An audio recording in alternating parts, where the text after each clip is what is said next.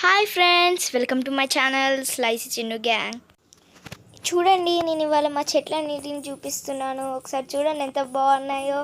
చూడండి, చక్రం పూల చెట్టు, మారేడు చెట్టు, షో చెట్టు, బత్తాయి చెట్టు, అల్లనేరు చెట్టు, పనస చెట్టు.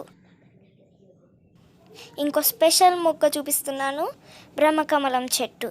ఇది శివునికి చాలా ఇష్టమైన చెట్టు. చూసారా, బ్రహ్మకమలం పువ్వు కూడా పూస్తుంది. ఇంకో 5 డేస్లో పూస్తుంది మొత్తం పువ్వు. ఈ బ్రహ్మకమలం ఆకులనే కొత్త మొక్కలా పెట్టచ్చు. దీనికి విత్తనాలు అనేది ఏముండదు. ఇది ఫస్ట్ మొగ్గ. ఎంతో ఎగ్జైటింగ్గా వెయిట్ చేస్తున్నాము ఈ పువ్వు కోసం. ఇంకో 5 డేస్లో పూస్తుంది. ఇది శివునికి ఇష్టమైన ఫ్లవర్ అట. మా అమ్మమ్మ చెప్పింది. ఇది ఓన్లీ నైట్ టైంలోనే పూస్తుందంట. ఈ పువ్వు చాలాసేపు ఉండదు, 2-3 అవర్స్ ఉంటుంది. తర్వాత ముడుచుకుంటుంది. ఈ పువ్వు ఇంట్లో ఉంటే సాక్షాత్తు శివుడు ఉన్నట్టే ఇంట్లో. ఇది చక్రం పువ్వుల చెట్టు. ఈ పువ్వులు రోజు మా మమ్మీ దేవునికి పెడుతుంది. మరీ ఎక్కువేం పువ్వు, 5-6 పూస్తాయి అంతే. అది బిల్వం చెట్టు, కాకపోతే ఎండిపోయింది. ఇది మారేడు చెట్టు. ఇది కూడా వినాయకుడికి ఇష్టమైన చెట్టు. ఇది షో చెట్టు. దాని పక్కనది చామగడ్డ చెట్టు. అదిగో బత్తాయి చెట్టు, పనస చెట్టు. ఫుల్ పనసకాయలు, అవి కోసుకొని తిన్నాము, కర్రీ చేసుకున్నాము. ఇది అల్లనేరేడు చెట్టు. నాకు నేరేడు పళ్ళు అంటే చాలా ఇష్టము. ఈ మారేడు చెట్టు ఆకుల్ని మా మమ్మీ రోజు కోసి దేవుడికి పెడుతుంది.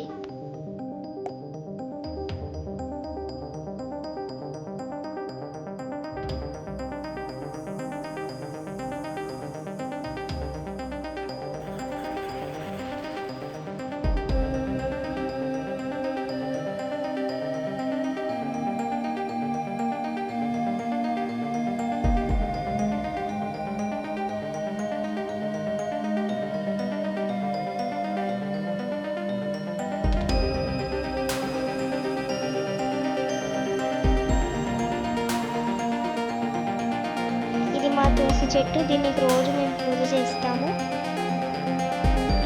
ఇది మా మందార చెట్టు, దీనికి రోజు పువ్వులు పూస్తూ ఉంటాయి. మందార పువ్వులు కూడా మేము దేవునికి పెడతాము. ఇవి చాలా బాగున్నాయి కదా. చూసారా, పెద్ద వేప చెట్టు మా ఇంటికి.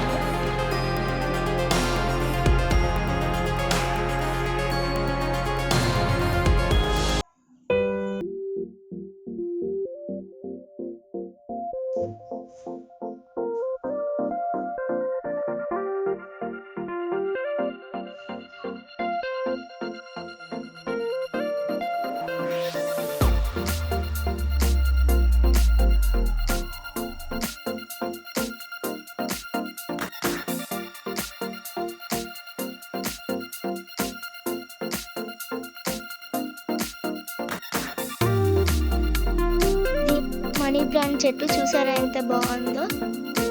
ఇది ఇంకా చాలా ఉండే, మేము ఊరెళ్ళి వచ్చేసరికి ఇలా అయిపోయింది.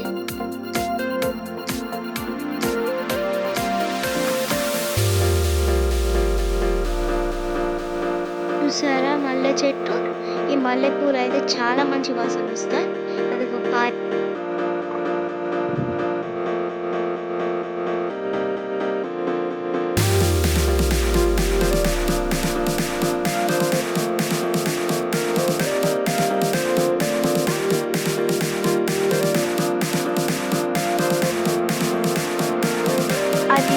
పారిజాతం చెట్టు. పారిజాతం చెట్టుకి చాలా పువ్వులు పూస్తాయి. పారిజాతం ఆకులను దగ్గు కషాయం చేసి తాగిస్తుంది. ఈ పారిజాతం చెట్టు ఔషధ మొక్క ఇంట్లో ఉంటే చాలా మంచిది. మీ ఇంట్లో కూడా పెట్టుకోండి.